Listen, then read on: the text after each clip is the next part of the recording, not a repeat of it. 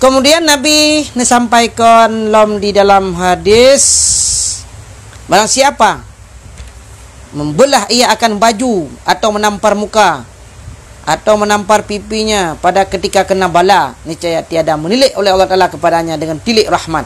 Han kekalan li Allah dengan kalan rahmat kasih sayang Allah ke jihana. Nyan ku urung-urung yang tidak menerima cobaan Allah. Wate kenang bala pri bajai-bajai, tanpa muka, tanpa pipi-pipi, ya, tanpa miang. Nyan li Allah han kalan dengan kalan rahmat kasih sayang Allah pada ketika hidupnya dan pada ketika matinya. Bengih Allah Taala kepada orangnya.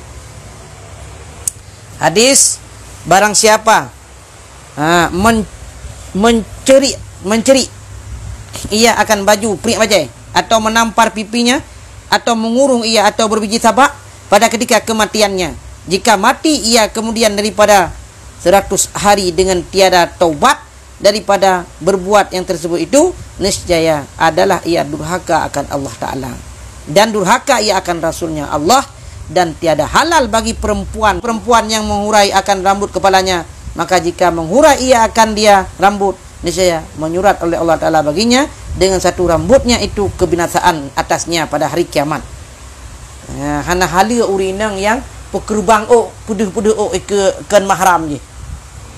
Si yang dipedehnya nyan adalah sabuh kebinasaan azabku kepadanya.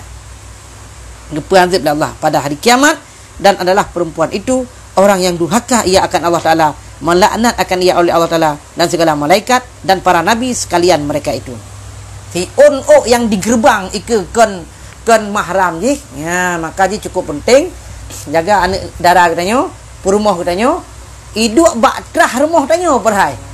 Asal kai tibi ulua walaupun baktrah hidup YouTube boleh. Si deh kan mahram sabuh azab Allah Ta'ala.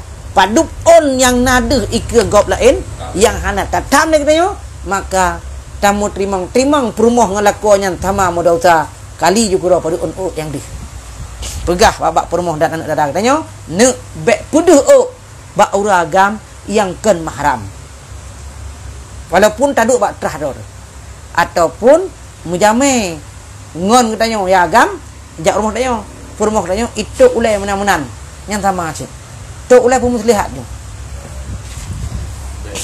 bek deh ha ladum na ilam rumah tetruh tanya orang tu tiak jelebab mentang kelus mentang. Jadi deh madum nyan berdosa istri dan suami yang tidak mencegahnya. Wallahu a'lam bissawab.